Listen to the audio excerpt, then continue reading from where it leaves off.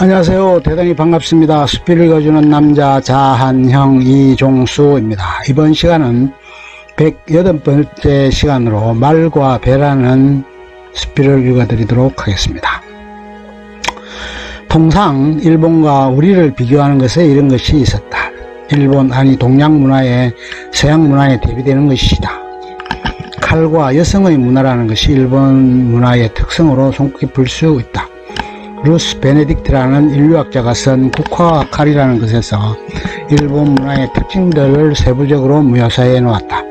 그들은 칼을 숨기고 있는 가운데 친절하고 상냥하게 손님을 대하지만 일본 문화를 한마디로 표현한 것이 화라는 것이다.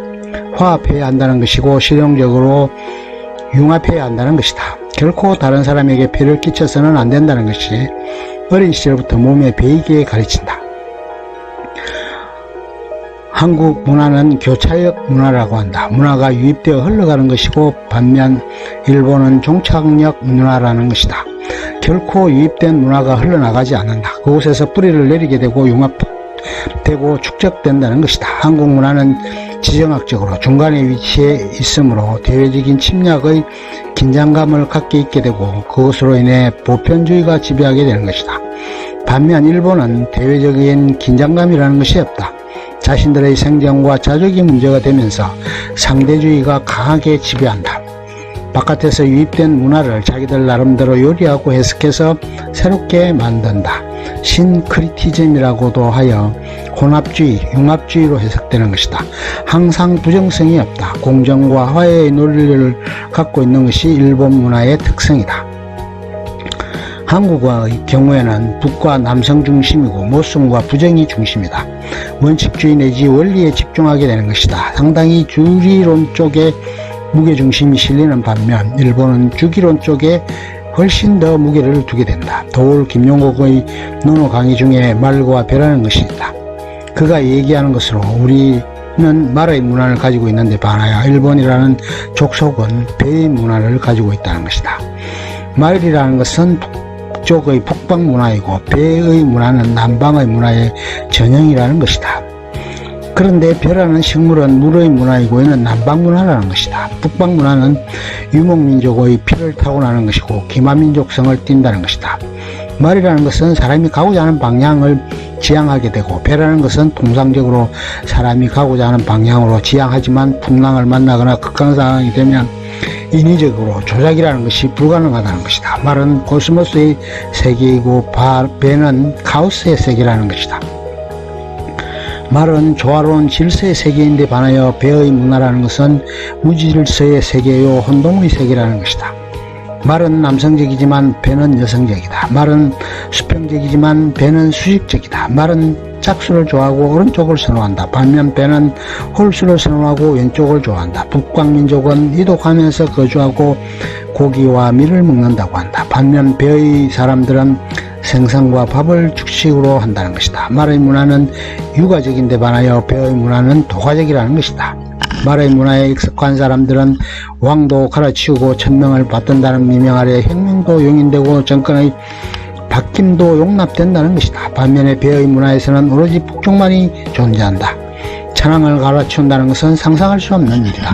말의 문화의 사람들은 머리를 소중히 한다. 반면에 배의 사람들은 배를 타려면 머리를 짧게 깎아야 한다는 것이다. 조직에 충성을 다하고 자신의 개인의 복락을 최소화해야 한다는 것이다. 그런 반면 말의 문화의 사람들은 제일 먼저 수신을 이루고 그런 연후에 제거한 후에 치국 평천하가 있게 된다. 배의 문화에서는 모든 것이 국가에 종속되고 천황의 충성을 다하는 일념만이 존재한다. 우리에게 있어서도 명예가 소중하지만 일본에 있어서는 그것은 곧 목숨과 마찬가지로 간주된다. 그런 일화가 있다지 않은가. 어느 빵집 앞에 아이가 빵을 훔쳤다는 것이다. 그러자 사무라이가 그랬다. 만약 그렇지 않으면 당신은 죽일 것이다. 경고를 하고 아이의 배를 갈랐다. 뱃속에는 빵의 흔적이 없었다. 결백이 증명된 것이다. 그리고 주인의 목을 쳤다는 것이다.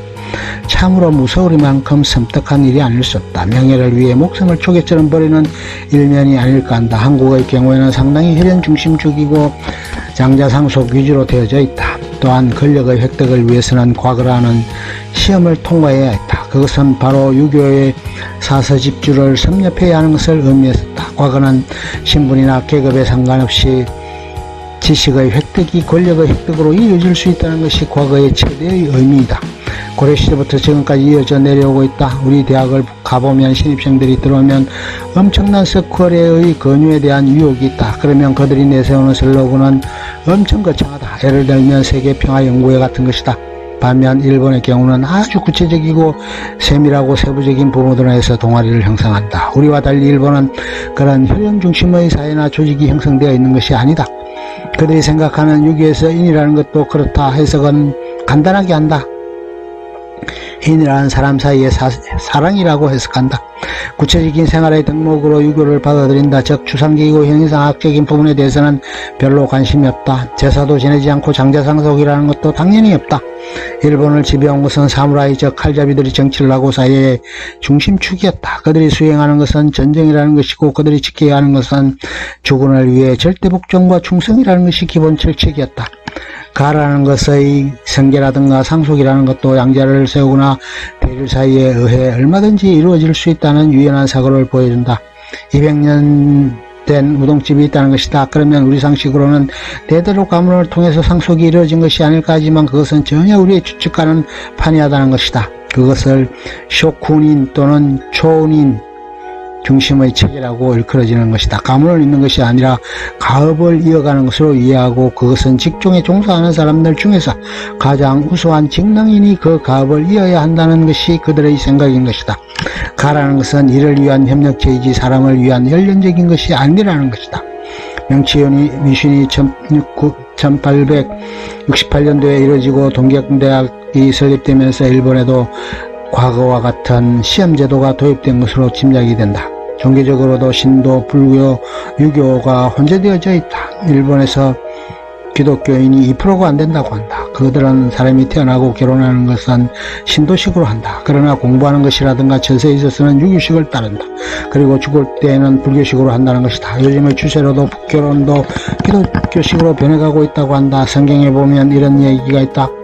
하나님의 백성으로 살던 이스라엘과 가인의 후손이 된 이집트 중동인들은 영원히 상극으로 서로 반목하고 갈등하고 경쟁하면서 살아가야 하는 숙명을 지니고 있다. 우리도 일본과의 관계도 이와 비슷하게 서로 간 아주 밀접하게 연계되어 있기도 하지만 말과 배처럼 그렇게 판이한 문명에서 비롯됨으로 인해 영원히 평행선을 걸을 수밖에 없다. 아직도 우리와 그들은 서로를 못 잡아먹어서 안달을 알 만큼 서로 반목하고 질시하는 입장에 있다. 그들은 이제 어려운 경제상황에 처해져 있고 정치적으로도 그렇고 본받고 싶은 점을 갖고 있지도 못한 실정이다.